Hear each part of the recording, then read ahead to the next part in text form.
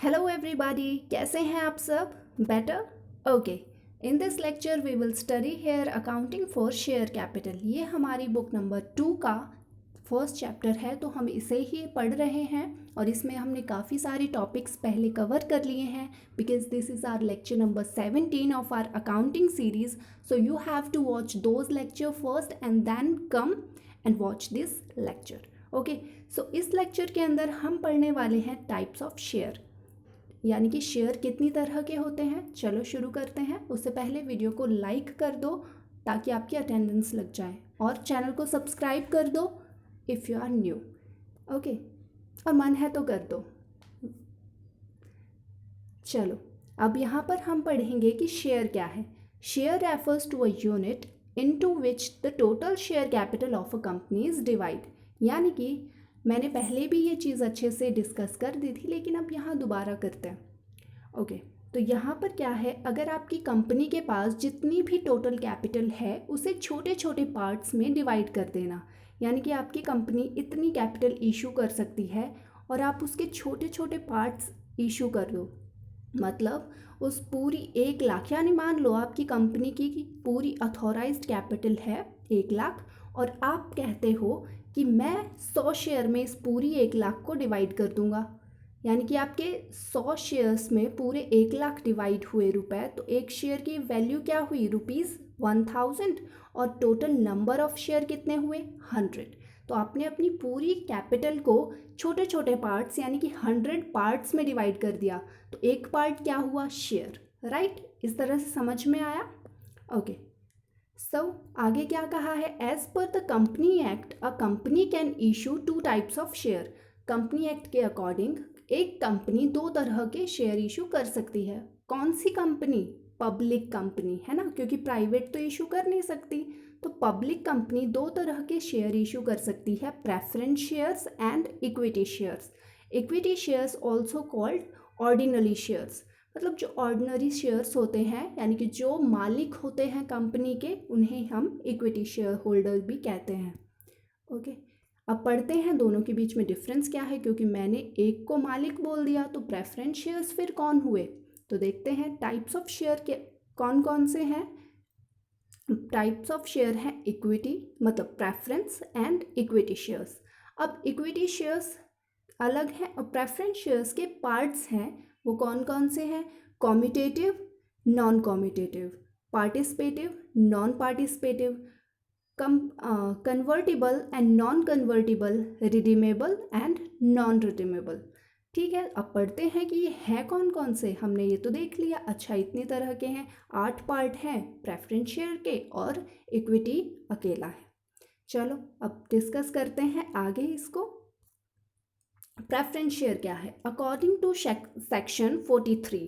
ये याद रख लेना, कभी भी पूछ भी लेते हैं, लेकिन एक बेसिक नॉलेज के लिए आपको पता भी होना चाहिए. तो according to section 43 of companies act 2013, a preference share is one which fulfil the following condition. और साथ में अगर आप जब पेपर में लिखोगे तो ये सेक्शंस और ये एक्ट का जो आप दे देते हो पीरियड, तो उससे एक अच्छा इंप्रेशन बिल्ड होता है जो आपका क्वेश्चन पेपर चेक कर रहा है कि बच्चे को सब आता है. सो डेफिनेटली ये प्लस पॉइंट्स हैं और इनको साथ में लेके चला करो.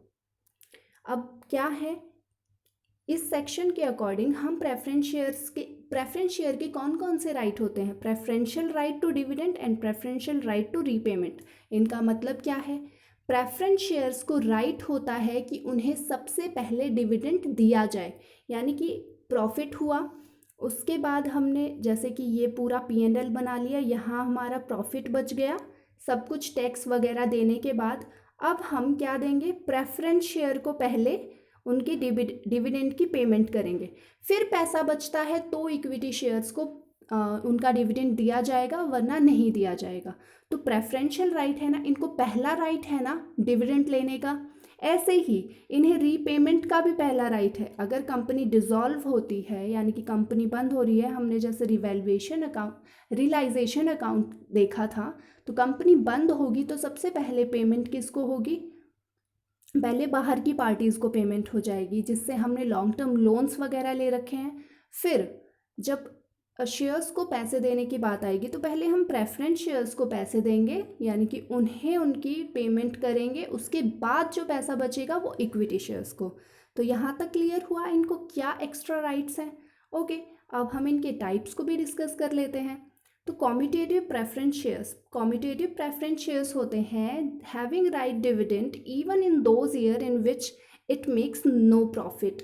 मतलब कंपनी ने किसी साल अगर कोई भी प्रॉफिट नहीं किया तब भी इन्हें राइट है कि इन्हें हिस्सा मिलेगा, यानी कि इनका डिविडेंड मिलेगा।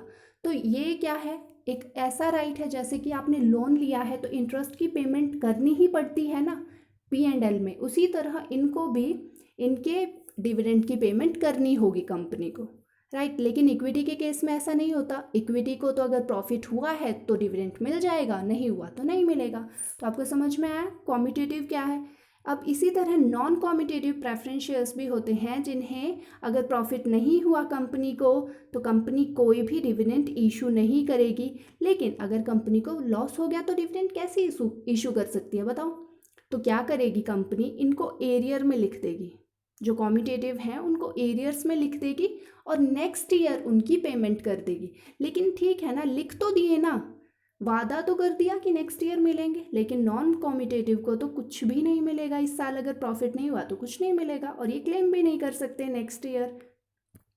ओके, तो अब हम चलते हैं नेक्स्ट स्लाइड पर, जहां हम पढ़ेंगे participating and non participating shares. तो पार्टिसिपेटिंग प्रेफरेंस शेयर्स कौन से हैं, जिनको राइट है एक्स्ट्रा प्रॉफिट में भी अपना हिस्सा लेने का, यानी कि इन्हें एक फिक्स्ड अमाउंट से तो डिविडेंड मिल जाएगा।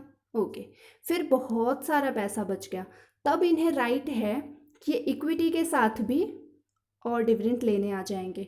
यानी कि कुछ लोग होते हैं ना जिन्हें अपना खाने के लिए अलग से शेयर मिल गया, अब जो दूसरों का भी बचा ना उनमें से भी वो थाली लेके बैठ जाएंगे, ये उस तरह के हैं, ठीक है। यानी कि participating preference share. Non participating कौन से होते हैं, जिनको कोई भी एक्स्ट्रा राइट नहीं है पार्टिसिपेट करने का in surplus profit, in any surplus और लिक्विडेशन ऑफ कंपनी, यानी कि चाहे कंपनी लिक्विडेट हो तब एक्स्ट्रा पैसा बच रहा है तो भी इन्हें सिर्फ उतना ही मिलेगा जितना इनसे वादा किया था, यानी कि जितना इनको एक फिक्स्ड इंटरेस्ट रेट फिक्स कर दिया था, जैसे मान लो 10% कर दिया हो शुरू में या 20%, तो उतना ही मिलेगा, उससे एक्स्ट्रा नहीं। So now clear to you. Okay, यहाँ है convertible and non convertible preference shares. तो कन्वर्टेबल कौन से होते हैं, these preference shares are those which are converted into equity shares at a specified rate और on the expiry of started period. यानी कि एक टाइम स्पेन होता है जिस टाइम के बाद इनको इक्विटी में चेंज करने का राइट मिल जाता है, यानी कि इन्हें इक्विटी शेयर्स में चेंज कर सकते हैं अगर ये खुद चाहें कि ठीक है हमें चेंज कर दो इक्विटी में, तो कर सकते हैं, क्योंकि इक्विटी के भी एक्स्ट्रा फायदे हैं ना, इसलिए। तो क्योंकि इक्विटी शेयर्स होल्डर मालिक होते हैं कंपनी के, उन्हें वोटिंग राइट होता है, डिसीजन लेने का राइट होता है, इन्हें वो राइट्स नहीं होते। तो कन्वर्टेबल है जिन्हें राइट हो कि वो कुछ टाइम के बाद इक्विटी शेयर्स में क्या होंगे, चेंज हो जाएंगे। नॉन कन्वर्टेबल है जिन्हें कोई राइट नहीं होता कि वो कुछ टाइम के बाद या कुछ साल के बाद इक्विटी शेयर्स में कभी भी खुद को कन्वर्ट करवा सकते हैं। क्लियर हुआ यहाँ तक। Okay, move to the next slide, जहाँ हम पढ़ेंगे redeemable and irredeemable preference shares. So redeemable preference shares are those which refers to share that can be redeemable or repayment after a fixed time, यानी कि इन्हें payment कर दी जाती है कुछ टाइम तक, जैसे कि इन्होंने कैपिटल ली, इनकी कैपिटल यूज़ की कंपनी ने, इनको इंटरेस्ट रेट और डिविडेंड देते रहे एक फिक्स्ड रेट पर, और जब टाइम एक वो पीरियड पूरा हुआ तो इनकी पूरी कैपिटल इनको वापस कर दी जाएगी, यानी कि रिडीम कर दी जाएगी, उसे कहते हैं रिडीमेबल। और नॉन रिडीमेबल जिनको रिडीम नहीं किया जा सकता पूरी लाइफ, जब तक कंपनी पूरी लाइफ चलेगी तब तक इनकी कैपिटल कंपनी यूज़ करेगी एंड इनको सिर्फ इंटरेस्ट रेट देती जाएगी जब तक ये खुद नहीं बेचते, मतलब कंपनी इन्हें नहीं दे के कह सकती कि जाओ भाई हो गया। Okay, clear to you. Okay, अब इक्विटी शेयर्स को पढ़ते हैं। हमने इनकी बहुत बात कर ली कि इनकी बादशाही चलती है, तो देखते हैं कैसे बादशाह है ये। Shares which do not enjoy any preferential right in payments of dividend और रीपेमेंट ऑफ कैपिटल, यानी कि इन्हें कोई राइट नहीं होता प्रेफरेंशियल कि इन्हें पहले डिविडेंड पे किया जाए और या फिर डिसोल्यूशन के टाइम इन्हें पहले कैपिटल मिले इनकी वापस, तो ये राइट नहीं है। Equity share holders are entitled to share the distribution of profit of a company after sacrificing the dividend right to preference share holders, यानी कि इन्हें बाद में मिलता है। प्रेफरेंस शेयर्स को जब प्रॉफिट मिल जाएगा उसके बाद इन्हें पेमेंट मिलेगी, अगर पैसा नहीं बचा तो इन्हें पेमेंट नहीं मिलेगी। क्लियर?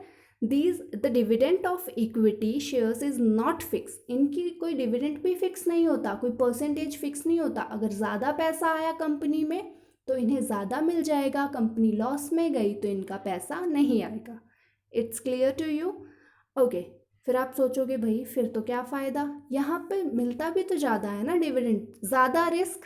तो ये याद रखो बिजनेस में जहाँ रिस्क ज़्यादा वहाँ रिटर्न ज़्यादा, जहाँ रिस्क कम वहाँ रिटर्न कम, तो इन्हें रिस्क ज़्यादा उठाना पड़ता है, इसीलिए मालिक हैं और इसीलिए इन्हें डिविडेंड भी ज़्यादा मिलता है। क्योंकि ऐसी जगह इन्वेस्ट करो ना पैसा जहाँ वो कंपनी अच्छी पोजीशन में है। ओके, सो इक्विटी शेयर होल्डर में हैव वोटिंग राइट, इनको वोटिंग राइट होता है।